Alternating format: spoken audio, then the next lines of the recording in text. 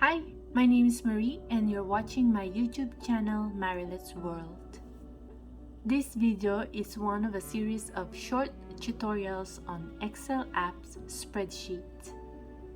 Copy and paste data or format on an Excel spreadsheet. We'll be using a lot of your mouse right and left clicker. We'll start with the single cell data. Select the cell you want to copy by using your mouse clicker. Now go to the Home tab and select Copy icon. The copied cell will be highlighted. You'll see the moving broken lines around the grid. Select the cell where you want to paste the copied data using your mouse clicker. In this case, we're going to select this cell under column D. From the Home tab, select the Paste icon. Now you've copied the data from one cell to another. You can copy and paste multiple cells using similar steps. First, select the data you want to copy by clicking on the first cell. While holding down your mouse left clicker, drag your cursor down to the last cell you want to copy and release your mouse left clicker. You've selected multiple cells.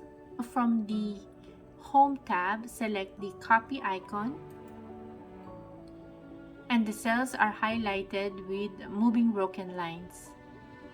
Select the cell where you want to paste the copied data.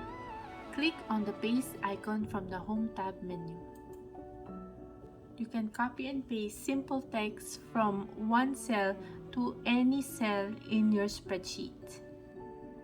Now we're going to copy formatted cell or cells from one location to another.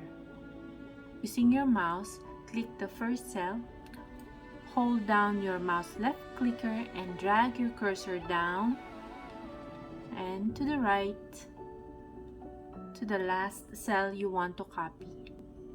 Release your left mouse clicker. From the Home tab, on the clipboard group of icons, select Copy. And now select the empty cells where you want to copy the formatted data. In this case, we're going to use this row on column A. From the Home tab, select Paste.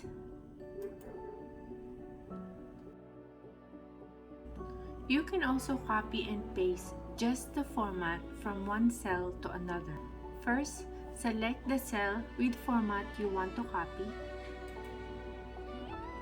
While your cursor is on top of the cell you want to copy, press down on your mouse right clicker to open the drop-down menu.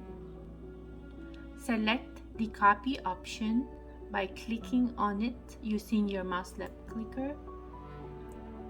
Now select the cell where you want to paste the copied format. In this case, under column C.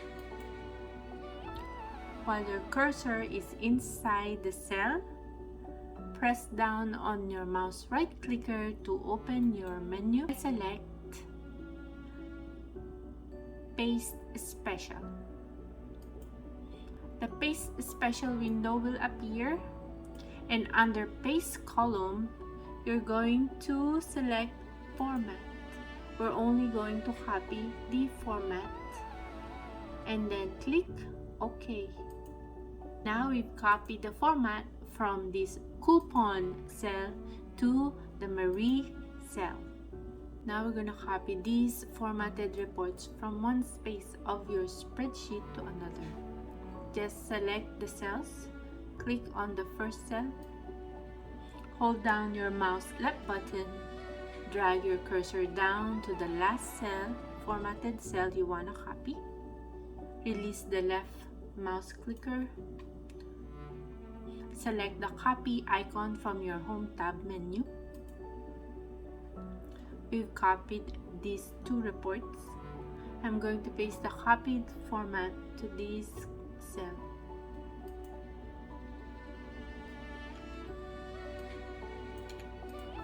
Thanks for watching. I hope this helps you navigate your Excel app spreadsheet.